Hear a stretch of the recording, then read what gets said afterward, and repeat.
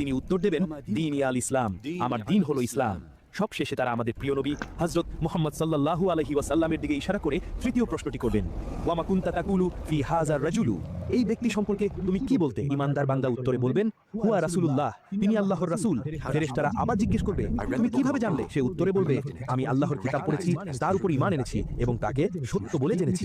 এই তিনটি প্রশ্নের সঠিক উত্তর দেওয়ার পর আসমান থেকে এক গায়েবী আওয়াজ আসবে, আমার বান্দা সত্য বলেছে, তার জন্য জান্নাতের একটি বিছানা বিছিয়ে দাও, তাকে জান্নাতের পোশাক পরিয়ে দাও এবং তার জন্য জান্নাতের একটি দরজা খুলে দাও। সাথে সাথেই তার কবরকে 70 হাত প্রশস্ত করে দেওয়া হবে এবং তার কবরটা জান্নাতের আলো আর সবুজে ভরে যাবে। জান্নাত থেকে তার কবরের মধ্যে সুগন্ধি বাতাস আসতে থাকবে। এরপর তার কাছে একজন অপরূপ সুন্দর চেহারার ব্যক্তি আসবেন, যার শরীর থেকে সুগন্ধ বেরোতে থাকবে। মৃত ব্যক্তি তাকে জিজ্ঞাসা করবেন, তুমি কে? তোমার চেহারা এত সুন্দর কেন? সেই সুন্দর ব্যক্তি উত্তর দেবেন, আমি তোমার নেক আমল, আর আল্লাহ আমাকে পাঠিয়েছেন, আজ থেকে আমি তোমার সঙ্গী, তোমার কোনো ভয় নেই। এরপর সেই ঈমানদার বান্দা আল্লাহর কাছে দোয়া করবেন, হে আল্লাহ, দয়া করে তাড়াতাড়ি কিয়ামত কায়েম করুন, যাতে আমি আমার পরিবার এবং জান্নাতের